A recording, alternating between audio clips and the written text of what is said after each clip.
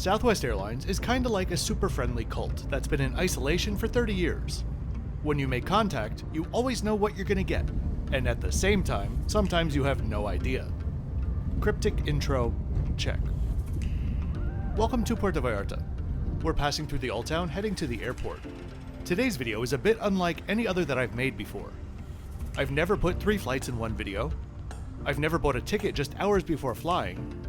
I've never had tightness in my chest for those hours while anticipating if I have to sit in the middle seat or not. And well, I've never flown Southwest before either. And I gotta say, they haven't really inspired me to try again. Before we get into that though, you know I'm gonna unpack all of it for you. Let me welcome any of you that might be new to the channel. My name is Kevin. I'm here to give you a self-funded and honest look at some of the best, and some of the not so best, airlines and hotels in the world, which I've been bringing to you full-time for the past 4 years. Check out my hundreds of videos, scan the QR code, or click the link in the description to learn more about how I do things. This Southwestern trio begins now.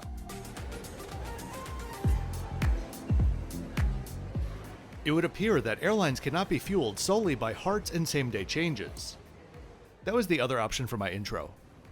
I promise, I'll rein in the salt and the snark a little bit, but let me enjoy my moments. I wasn't supposed to fly Southwest today at all. I had connecting flights on Viva Aerobus to Dallas via Monterrey. My connection time was sufficient, but short enough that I had to map out how to get between the 2 terminals in Monterrey beforehand. Then I got a notification at the wonderful hour of 4:22 in the morning from my trusty flighty app telling me that my first flight was delayed by 90 minutes. Conveniently, that's exactly how long my connection was meant to be. Assuming I'd missed the connecting flight, I looked at flights from Monterrey, and it turns out my Viva flight wasn't just the last flight from Monterrey to Dallas that day, but was also the last flight to the US, and I had 3 separate flights booked beginning the next morning. So I shelled out $472.13 for the privilege to fly on Southwest, which ironically I was supposed to be flying the next day anyway. So that's why there are 3 flights in this video. My first 2 flights to Dallas, plus a leg from LAX to Phoenix, because I didn't see the point of making 2 nearly back-to-back Southwest videos. Anyway, taking a breath. Southwest is the only airline that doesn't charge for checked-in baggage. So check-in with them is exceptionally easy, since they don't give a hoot about your carry-on either. By the way, I am flying to Houston first and then on to Dallas today. Puerto Vallarta's airport is a relatively small one, with 1 small terminal serving all of their international flights. For a bit of comparison, Puerto Vallarta generally has around a quarter the number of daily flights as Cancun does. Southwest, famously, does not have assigned seating. It's not that they charge for selecting seats, it's that your boarding pass won't have a seat on it, period. But it will have a boarding position. It's a system that they've been using since 2007 that is more head-scratching than stroke of genius. You buy one of these 4 relevant fare classes. Each one includes a different variety of very similar perks. The biggest difference between them is related to how you can get to your seat. The Anytime fares include early bird check-in, and the Business Advantage fares include boarding position A1 to A15. Have I lost you yet? I should note that of course there are some passengers and loyal Southwest fans who think that this whole system is the best thing since sliced bread. I would simply say, we have different tastes in bread. So you don't have a seat, but you have a boarding position. Your boarding position is based on when you checked in. By buying a Business Advantage fare, or buying a boarding group upgrade prior to departure, you can guarantee that you'll be one of the first 15 people to get on board, more or less guaranteeing you a decent seat to select. That being said, if you buy the expensive Business Advantage fare and you get boarding position A15, you could get on board and see that the first row and all of the exit row seats are taken already. Every Southwest gate anywhere has these types of signs where people line up in the group behind. I honestly thought that it would be like a casual, hey, everyone with B16 to B30 line up here. But no. Some passengers want to make sure that you are precisely in the correct order.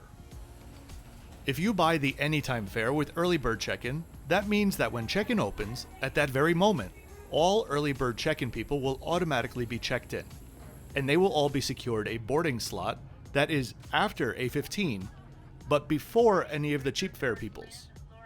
There are 3 boarding groups, A, B, and C, Along with that, you have a specific number from 1 to 60, designed for a full flight of up to 180 people. C60, you say? You are dead last on board and guaranteed a middle seat and probably no room for your bag. I had boarding position C41 on this first flight and was expecting just that. This is all a bit much, is it not? Luckily, this is all going into the garbage next year. More on that later. But would you be surprised to know that one of the biggest reasons why all of this exists is because they're just too cheap to upgrade their software? Some people claim this is the fastest way to board a plane. Now, if you have 180 considerate adults on your flight, you're probably correct. But here's what you need to be prepared for when you step on board. Couples. Especially couples of a certain age will take a window seat and an aisle seat and put their tote bag or whatever in the middle seat, and never gaze above the seat back in front of them. This after the crew has already announced 33 times that the flight is full. All this does is delay boarding. All 3 of my flights included passengers who literally could not find an open seat, with crews helping them to search for one, let alone all the baggage issues. We boarded on time, and my saving grace was that since this is a leisure destination, many decent couples want to sit together. So even with C41, I snagged a window seat. Seating-wise, it's all bog standard stuff as far as features and comfort go. They're decent for a 737 with just a pocket for your stuff, no IFE, though some aircraft do have Wi-Fi for streaming entertainment.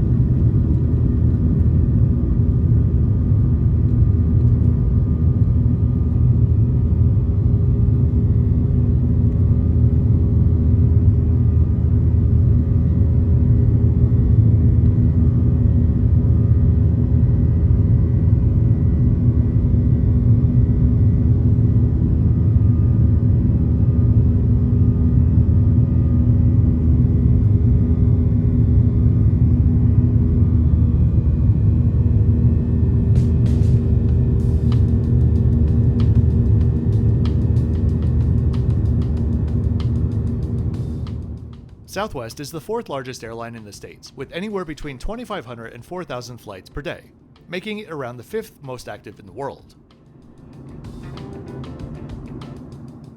Southwest makes a big hubbub about their free snacks. At their hub airports, they even have catering trucks advertising this. I was expecting like a JetBlue type situation, where there was a selection of non-standard stuff on offer. In reality, there was just this. A snack and a smile.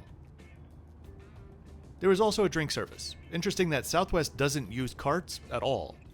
They take orders at the seats and deliver the drinks on a tray. Let's get to Houston Hobby, and I'll tell you how they came to be.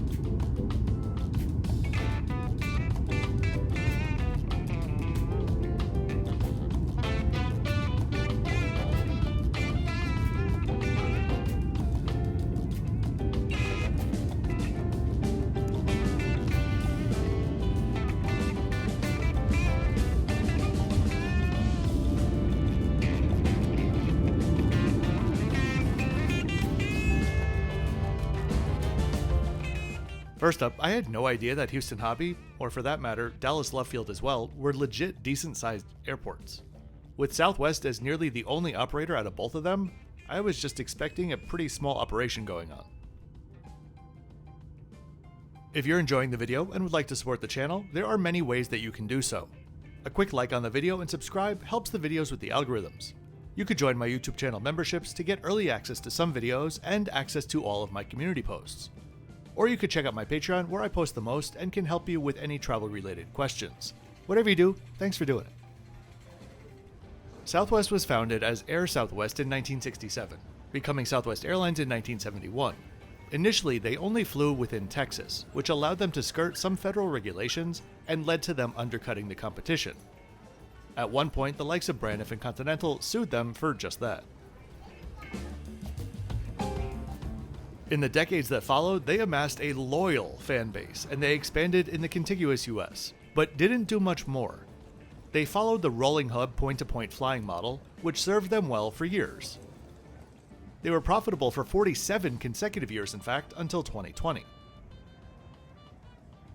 It's incredible how successful they've been, considering how reluctant they are to change. They didn't have their first international flight until 2014, and they didn't even begin flying to Hawaii until 2019. Heck, they didn't start flying overnight until literally last month.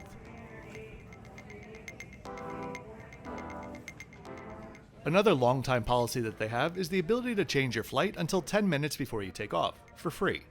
So I and like 20 other people from my flight headed to the earlier Dallas flight to see if there was space. There wasn't. Little did we know, none of us were going anywhere anytime soon anyway.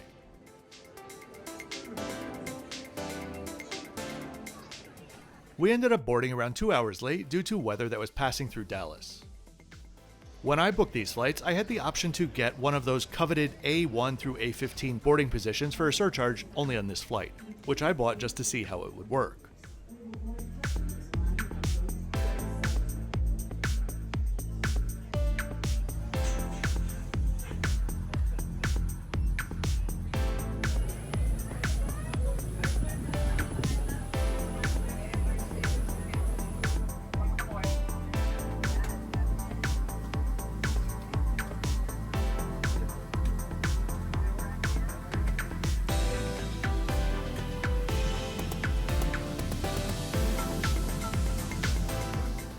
I was A11 for this flight and was able to snag an exit row seat.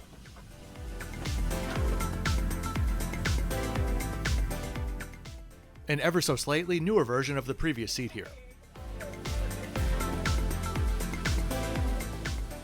Still blows my mind that US carriers allow baggage in exit rows.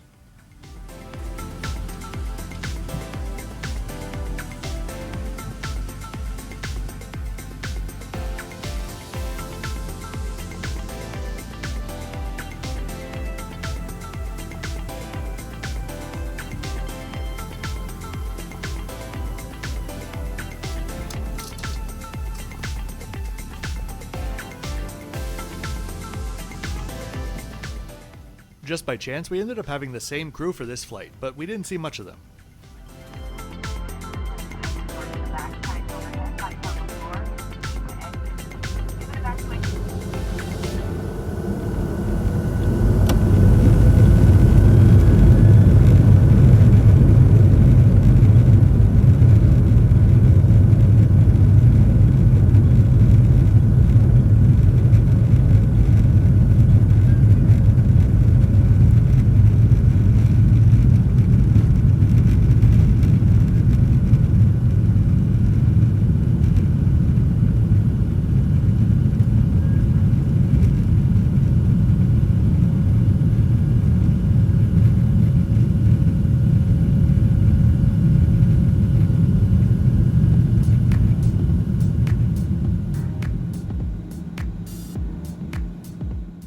We took a big detour up to Dallas to avoid the weather that was then heading towards Houston. The seatbelt sign never came off and there was no service. When we get to LA, I'll talk about what's going on with Southwest now, because it is a whole lot.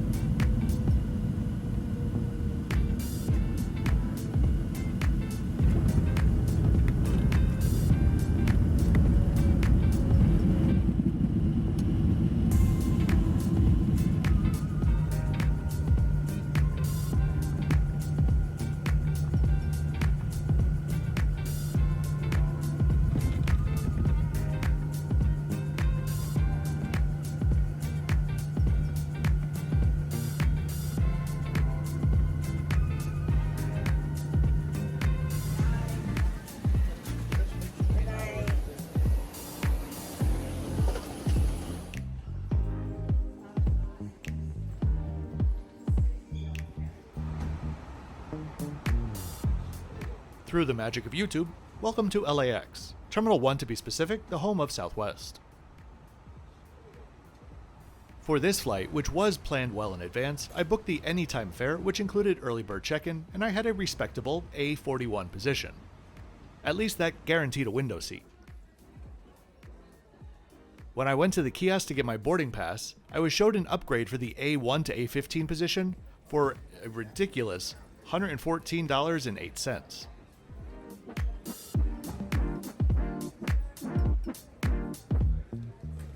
So let's rewind to December of 2022.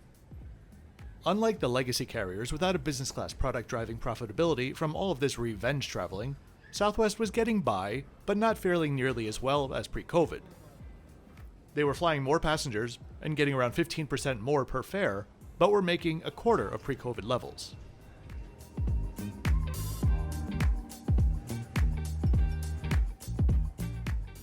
The all-important holiday season rolled around, and Southwest had a complete meltdown. Between December 21st and December 30th, they canceled up to 70% of their flights on some days. All of this began because of a massive winter storm, but clearly that wasn't the issue after 3 days of cancellation. December 25th and 26th, for example, Southwest canceled 5,500 flights. Delta, 311.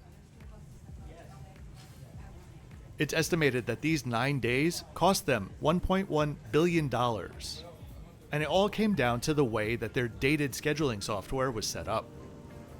Two key problems were not having a hub and spoke system with centralized bases of crew. So it made it very difficult to get crew to where they needed them to be.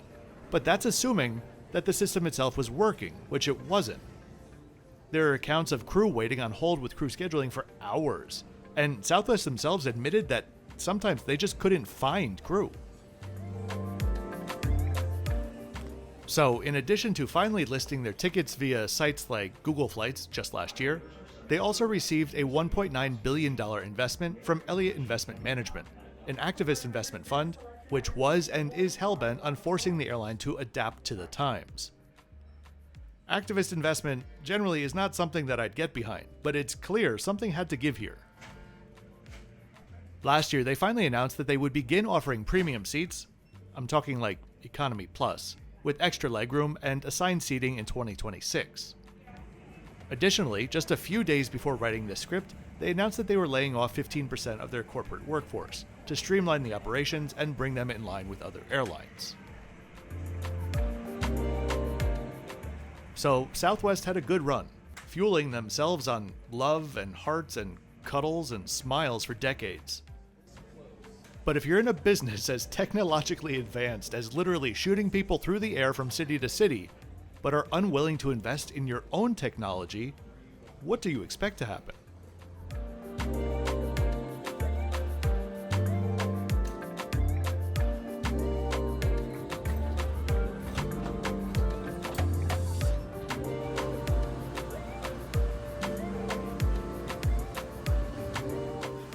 And so here we are, a standard window seat this time.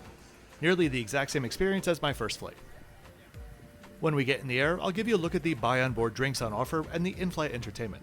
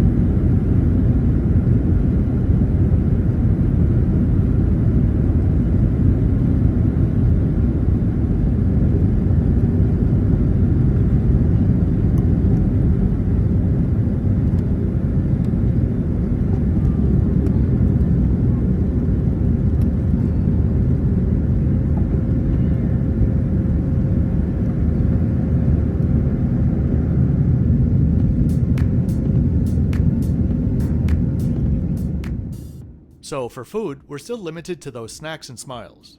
But there are additional beverages that you can choose. The left side is on the house, the right side is for purchase. Looking here at my single cup of Coke Zero, I wonder if the tray service is designed to reduce the number of people that ask for the full can. I don't know.